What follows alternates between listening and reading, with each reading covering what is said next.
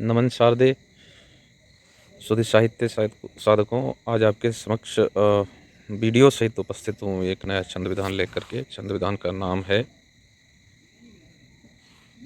सुमुखी सवैया। सुमुखी सवैया जो है एक वार्णिक छंद है।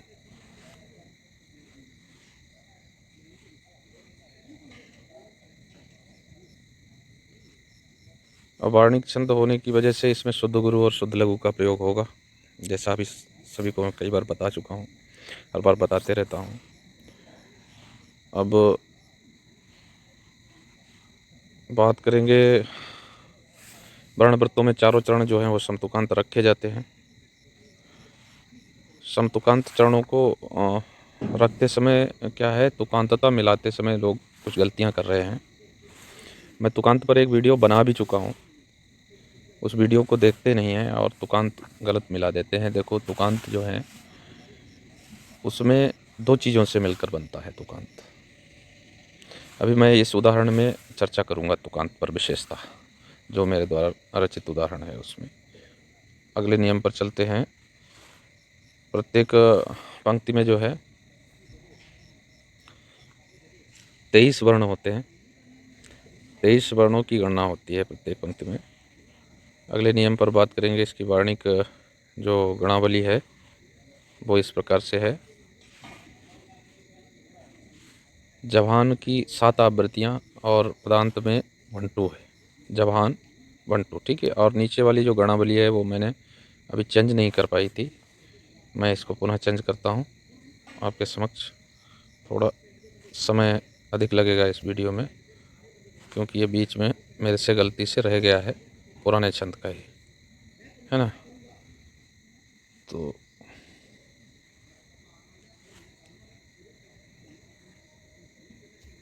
इसको हम डिलीट कर देते हैं। हाँ, और इसमें अमेंडमेंट करना पड़ेगा। सिर्फ क्या है, ये ताराज ताराज पिछले वाले का लिखा है, इसमें ताराज की जगह पर होगा जभान।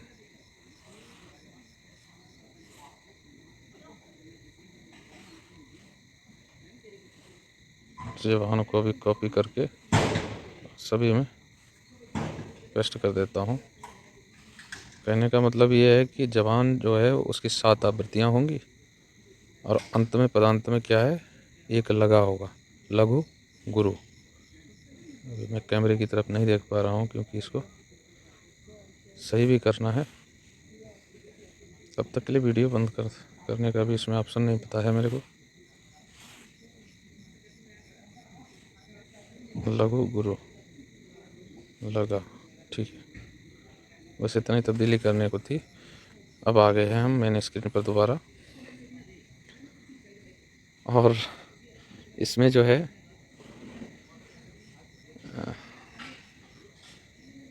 गण विधान आपको बता ही चुका हूँ। 1-1 1-1 की 7 आवृत्तियाँ हैं और उसके बाद में अंत में पदांत में 1-2 है। अब जभान की आवृत्तियों की किस प्रकार से लयावली बनेगी वो मैं आपको एक बार बोलकर बता देता हूँ।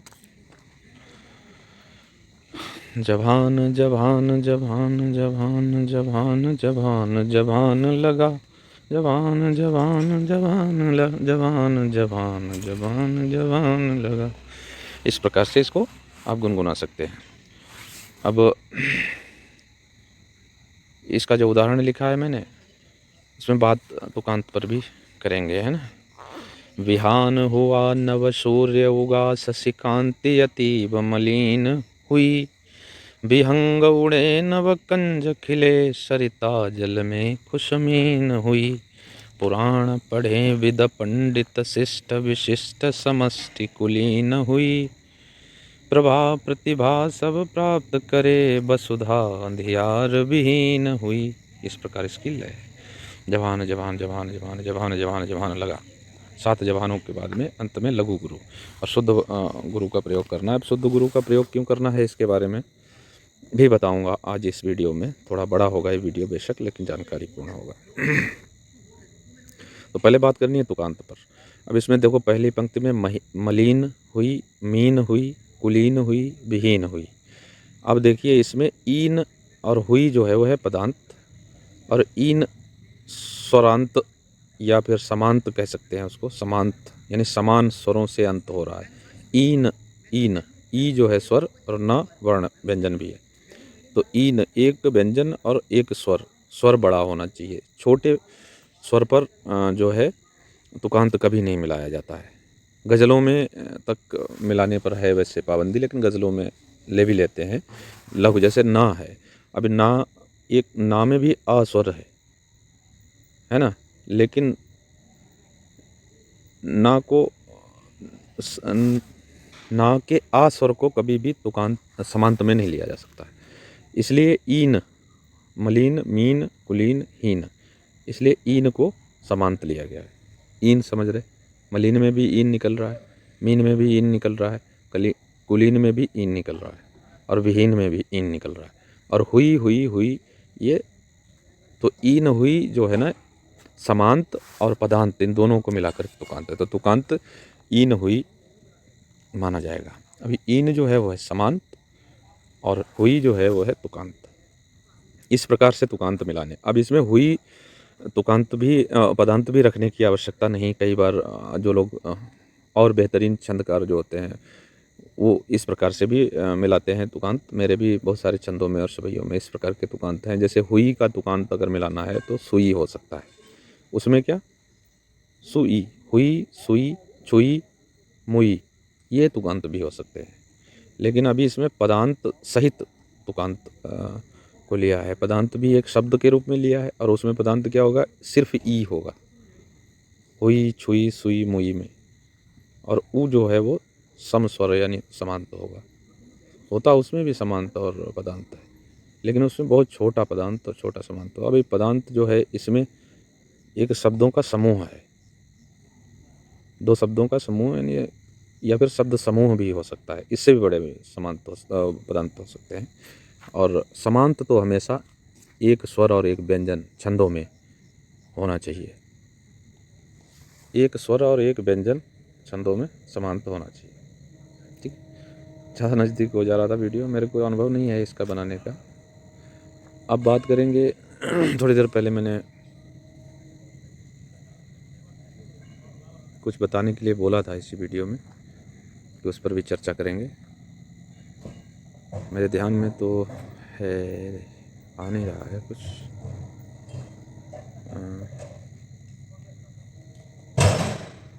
चलिए इस वीडियो को अभी यहीं पर समाप्त करते हैं। जब मैं देखूंगा इस वीडियो को तो किस पर चर्चा करने की बात मैंने कही थी, वो अगले वीडियो में उस पर भी चर्चा करेंगे। हाँ, ये बात थी, मुझे याद आ गई कि शुद्ध गुरु और शुद्ध लघु। अब शुद्ध गुरु और शुद्ध लघु क्या होता है? लघु तो हमेशा ही शुद्ध होता है, बोलने में निकल जाता है कि शुद्ध लघु। लघु हमेशा शुद्ध होता है, एक से और शुद्ध क्या हो सकता है? प्राकृतिक संख्या भी है वो। उसी प्रकार से लघु जो है वो हमेशा शुद्ध ही होता है। गुरु दो प्रकार से बना लिए हैं छंदकारों ने भी और उर्दू गज़लकारों ने भी।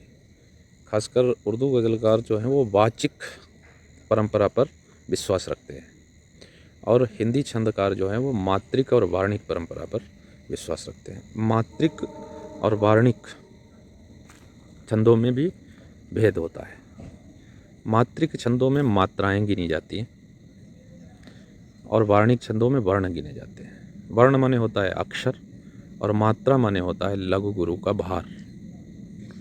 भार के बारे में बात करें तो मात्रा का भार मतलब जिस मात्रा को, जिस अक्षर को उच्चारण करने में कम समय लगे और कम ताकत लगे, कम जोर देना पड़े, यानी थोड़ा, वो वर्ण या वो अक्षर, उसमें लघु मात्रा होती है। और जिसको उच्चारण करने में ज़्यादा समय लगे, ज़्यादा जोर देना पड़े, ज़्यादा समय खर्च हो उच्चारण करने में, वो गुरु मात्रा भार होता है। इसी प्रकार से लघु और गुरु वर्ण भी होते हैं।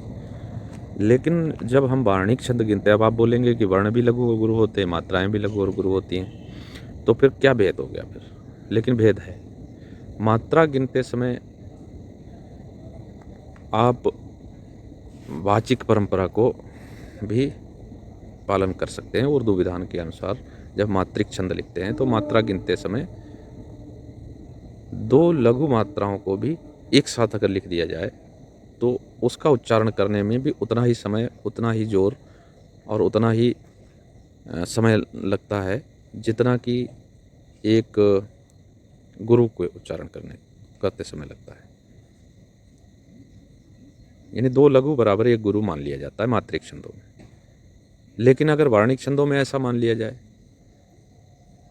तो वर्णिक छंदों में अब मात्रिक छंदों में तो मात्रा भार गिना जाता है, तो 2 लघुओं को मिलाकर के 1 गुरु गिन लिया जाएगा, मात्रा भार गिना जा रहा है ना उसमें। अब वर्णिक छंदों में वर्ण गिने जाते हैं, तो अगर मात्रा भार के जैसा ही वर्णों को भी गुरु वर्ण को 2 लघु वर्णों से लिख दिया जाए तो उस पंक्ति में, अब जैसे इसमें 23 वर्ण है, इस पंक्ति में आप गिन सकते हैं, बिहान में 3 हुआ और न में 3, इस प्रकार 7 गणों से बना है ये। इसकी एक पंक्ति 7 गण और 1 लगा से, तो 7 या 21 और 2 23 वर्णों से ये बनी है पंक्ति। प्रत्येक पंक्ति में 23 ही वर्ण होंगे। अब अगर इसमें जैसे हा गुरु वर्ण है, इसकी जगह पर 2 लघु रख दिए जाते तो बिहान में 3 वर्ण की जगह कितने वर्ण हो जाते? 4 वर्ण हो जाते। अब 4 वर्णों, अगर इसमें 4 वर्ण एक जगह हो जाते तो हर जगह जहाँ जहाँ गुरु है वहाँ अगर 2 लघु रख दिए जाएँ तो ज़्यादा हो जाएंगे ना वर्ण एक पंक्ति में, क्योंकि इसमें वर्णों की गणना होती है। इसका नियम होता है वार्णिक छंद का वर्णों की गणना करना। अब इससे और ज़्यादा एलेबोरेट करके कौन क्या बताएगा, हमें तो कभी किसी ने कुछ ऐसा बता नहीं पाया, एक्सप्रेस नहीं कर पाया। लेकिन ये माँ शारदे की कृपा कह लो या जो भी, कि मेरे दिमाग में ये अपनी जो अपने ही प्रश्न अपने आप ही स्वानुभूत होकर के, उत्पन्न होकर के और खुद ही सॉल्व हुए हैं और मैं ये समझाने के योग्य हो पाया हूँ। मुझे कभी किसी ने वार्णिक और मात्रिक छंदों का भेद नहीं बता पाया। मात्राएं भी लघु और गुरु होती हैं तो वर्ण भी लघु और गुरु होते हैं, तो फिर फ़र्क क्या है? तो ये फ़र्क जो है वो जो मैंने आज व्यक्त किया है। इसी प्रकार मैं कल संयोजन पर भी एक वीडियो बनाऊँगा अगर समय मिलेगा। वैसे समय कम मिलता है तो आज का वीडियो थोड़ा लंबा हो गया है, लेकिन काफ़ी ज्ञानप्रद है।